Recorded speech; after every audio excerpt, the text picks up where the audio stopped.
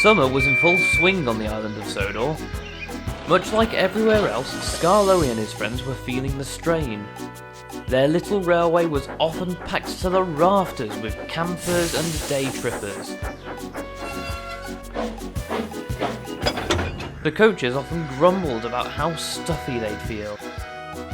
Then one morning, the engines were greeted with a visit from the Finn controller. As you know, it is presently the height of summer, and it seems no better occasion than to make an announcement. The men in the workshops have rescued and restored a new saloon carriage, and I would like one of you to take it out for a trial run tomorrow. Skarloey, who had spent most of the summer out on trains, wanted to do it, but ever the kind old engine, he said, "Well, Duncan, how about you? Or me? Well, I'll try anything once," he replied bluntly. "Very well, sir." "Good, that's settled then." And the Finn controller went away to make the arrangements. Thank you, Skarloey," Duncan said kindly. "But why me? You feeling well?" "I feel fine," Skarloey chuckled. "Don't look too deeply into it. I just thought you deserved a change of pace. I'm sure you'll appreciate it." He didn't realise how wrong he'd be. The new saloon was called Agatha, and was hard to please. She waited impatiently for her engine. "And who would you happen to be, then?" Duncan, madam, Yes, quite, I notice you have an irritable sway. Could you explain that?" "Irritable sway? I'll give you... sorry. I mean, this is my rock and rollin', if you know what I mean." "Rock and rolling?" Agatha had never heard anything so daft in all of her life. "Aye," Duncan continued. "My wheels are close together, so it makes me bounce, if you see what I mean. It has got me into trouble before." He remembered his incident with the tunnel. "But I get by just fine." "Oh, very well then," Agatha finished, turning up her nose. Not as if Duncan could see. The guard blew his whistle. "Let's be on our way, but do try and control that sway of yours." "Well," Duncan quizzed when they reached the top station, "what do you think of our little railway, Agatha?" "I told you to control your sway, you rather didn't. I must protest, your rocking and rolling makes me horribly sick." "Does it really?" Duncan answered back. "I can't help it. Besides, I thought you'd have gotten used to it by now. Every other coach has."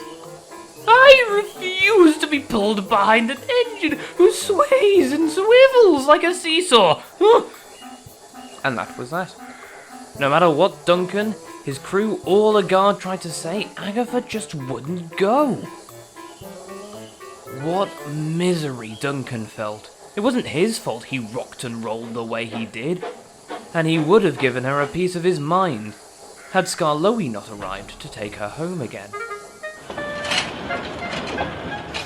When they arrived home, Mr. Hugh was delighted, yet cross. "Grosvenor workshops have done it again. I shall look forward to seeing you on our trains in the days to come, Agatha, but what in the name of Eleanor Rigby kept you so long?" "Oh, Duncan, he rocks and rolls like an imbecile." Yes, so I was told. I admire your honesty, Agatha, but I won't have you being so rude to our engines. Or rather, my engines. It's lucky that this was a trial run. I shan't imagine our passengers would appreciate being held up. I've repaired them many times over, and I'll tell you, all of our engines have something to them. Rocking and rolling happens to be Duncan's thing, do you understand?" I suppose so," Agatha reluctantly agreed.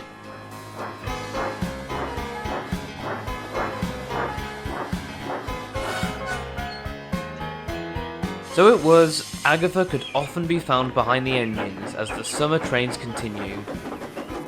She proved popular with the passengers, but in spite of Mr. Hugh's warning, she continued to look down on her little carriage colleagues. She's boisterous, murmured Lucy to the others. We were all like that when we were first built, Beatrice would say. She'll fit in time. Of course, whenever Skarloey took her out, she would behave herself. But one day when Skarloey brought a train to the end of the line, he'd ran around and was getting ready for a return trip when... Whoa! What ever is wrong? Skarloey had quickly lost his breath. His driver and fireman found the problem. One of your fire bars has collapsed, Skarloey. Mind you, you have been working hard this summer. We'll have to wait for another engine to come and help you back to the sheds. His crew told the guard, who told the passengers, who told each other how ridiculous the situation was. One passenger, however, wasn't complaining. He whipped out a banjo and began playing a little tune. Oh, heavens! Agatha squirmed in horror as she heard those discordant, in her eyes at least, tones. What a vile contraption! It can't be any more vile than you, said Lucy. I think it sounds nice. The passengers thought so too, as did Skarloey. He'd have said as much if he had the breath. Duncan was waiting on shed. Stupid Agatha, stupid saloons, I'd rather talk to trucks. At that moment, Mr. Hugh arrived. Can you rescue Skarloey and his passengers from the top station? His fire bars have collapsed, and he can't pull the train. Now, Duncan was reluctant at first, as he knew Agatha was present. But the passengers were more important. Skarloey had taught him well. Besides, he knew he was a plain-speaking engine at heart, and if she gave him any lip, he'd give it back. Duncan arrived at the end of the line to hear cheering and whistling. The banjo player had been the best entertainment for a stranded group of passengers. They'd begun giving him requests. It was too much for Agatha. Perish the thought, not only do I have to endure this nonsense, but now we've got the rocking and rolling engine too. Peter Sam would have sufficed. Sir Handel would have sufficed. Help! Skarloey and the other coaches were delighted to see Duncan, and their crews wasted no time in preparing for the long and winding road home.